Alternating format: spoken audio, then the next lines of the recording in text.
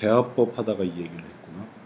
하여튼 뭐 이 강의 하다가 나올 수도 있고 저 강의 하다가 나올 수도 있어서 이 판서를 좀 설명을 해줄게요. 이거는 뭐냐면은 상담을 하는 거예요. 그냥 보통의 상담을 하면서 마치 물에 떠 있는 것 같아요.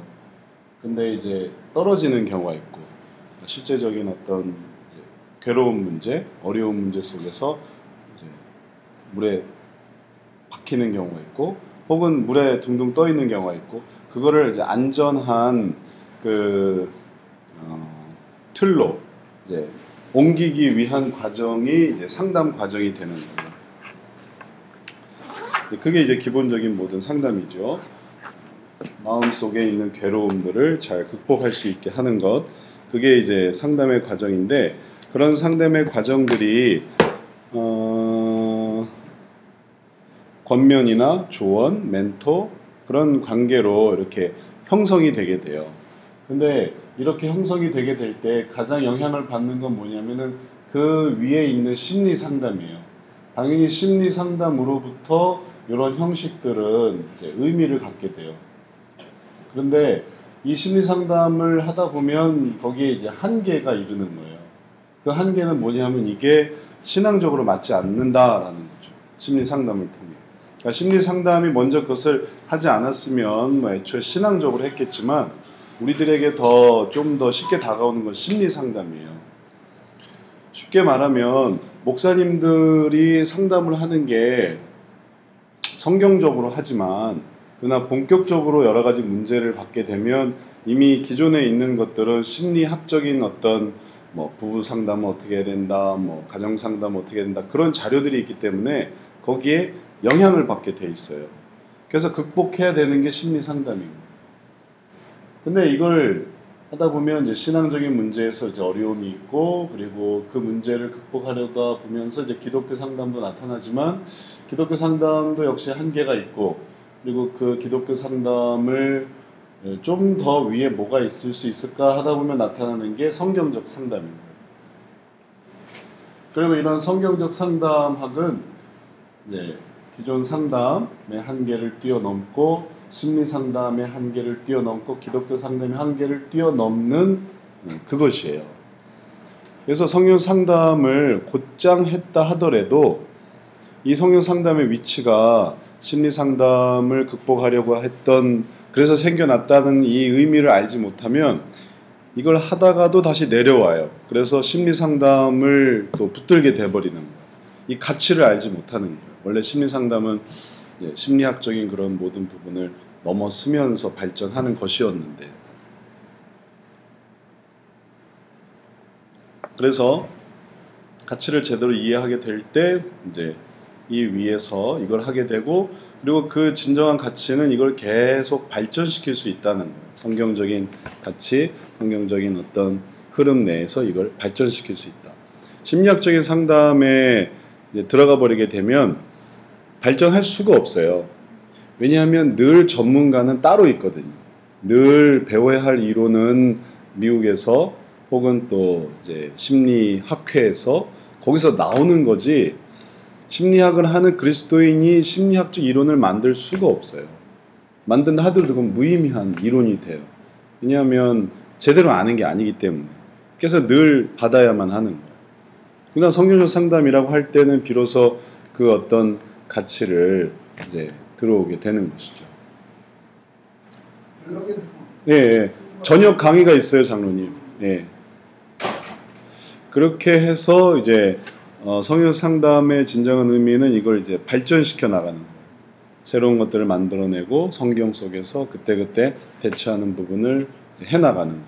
그렇기 때문에 이게 이제 진정한 의미의 성경 상담학이기 때문에 심리학적인 이 부분을 알아야 되고 또 넘어서야 되고 기독교 상담도 물론 넘어서야 되고 그리고 성경 상담을 잘 배워서 그 다음엔 계속해서 하나님의 은혜 가운데서 이 그때그때 상황들을 헤쳐나갈 수 있도록 이 부분을 만들어야 되는 거예요. 그게 성경적 상담학의 그 씨름이고 그리고 목표이고 그런 거예요. 그리고 이러한 성경 상담의 목표와 씨름을 잘 이해하면 그러면 그 분야에 동참하는 것이 되고 바로 이 부분에 대한 것들을 동참하게 되고 그게 안 되면 그러면 결국은 쓰러지게 되는 거예요. 그러니 과제에서 보여줬던 세속적인 심리학과의 갈등 속에서 발전하는 갈등이 꼭 있어야 돼요. 이 갈등 속에서 성형상담학을 공부하는 사람들은 이제 훈련이 되는 거예요. 그리고 그 훈련 속에서 새로운 걸 만들어내는 거죠. 그렇게 이해하면 돼요. 그게 지금까지 성형상담학을 해온 사람들의 고민이었으니까. 그러니 이 고민에서 주저앉아 버리면 그냥 심리학을 따르게 되는 거고 그리고 그걸 극복해 나가려고 하면서 계속 발전하는 거고 그래서 웨스트민스터도 그런 고민이 시작되면서 발전시켜 나갔던 거고 제이 아담스 상담으로 국한되지 않고 그걸 새롭게 계속 또 새롭게 만들어 갈 수 있는 거예요. 그러지 않고 그런 새로운 어떤 발전의 어떤 의미를 발견하지 못했다면 그러면 어느 순간 정체된 거죠. 성형상담학은 항상 있는 문제들과 씨름을 하면서 전진하는 과정에서 과제를 안고 있다는 사실을 잘 이해했어요. 그것만 알면 돼요. 문단의 어떤 세세한 내용은 어차피 원문을 봐야 진정한 이해가 되는 거니까 그는 뭐 돼도 되고 안 돼도 할 수 없는 거예요. 또한 성형상담학은 세속적 심리학과는 다르게 치료 결과에 대한 분명한 목표, 인간 문제의 근본적 해결은 외적인 변화를 가지고 있다는 신뢰를 갖게 되면서 그럼 세속심리학은 그런 게 있을까요? 없을까요? 그게 없는 거예요. 그리고 그건 중요한 게 아닌 거예요. 그 사람을 변화시킨다는 게 진짜 목적이 아닌 거죠. 그냥 내 이론이 맞고 난 이걸 이렇게 생각하는데 그 이론에 이제 이거를 맞추는 게 원래 의미인 거죠. 가설 검증이란 말이에요. 내가 세운 가설과 그 가설을 검증하는 그게 심리학이에요. 엄밀히 말해서. 그러니 이 문제를 해결하기 위한 끊임없는 노력이 아니라 이 문제에 대해서 가지고 있었던 심리학자들의 이론을 완성시키는 것. 그러니 심리학이라는 한계 내에 있을 때는 항상 뭐가 있냐면 내가 모르는 어떤 이론이 있다라는 거예요. 내가 배우지 않은 어떤 이론이. 공부를 하는 이 순간에도 지금 새로운 이론이 하나 나타난 거예요. 나는 그걸 항상 모르기 때문에 항상 나는 뭔가가 부족한 상태가 되는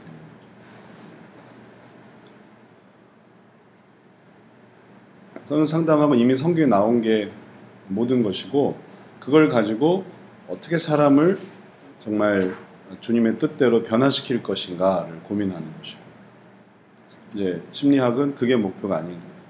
상담이 목표가 아닌 거예요. 심리학이 목표지. 심리학과 상담학은 차이가 있죠. 상담학은 임상적인 부분이고 도움이 되면 감사하지만 그러나 심리학 그 자체는 돕고 변화시키고 발전시키고 그게 아니라 그런 부분을 어떻게 해서든지 알아내서 그 부분을 내가 생각하는 것과 일치시켜서 아 이건 뭐 때문이구나 라고 설명만 할 수 있으면 돼요. 우리는 이제 상담학이 성경적이니까 성경은 분명한 목표가 있는 거죠.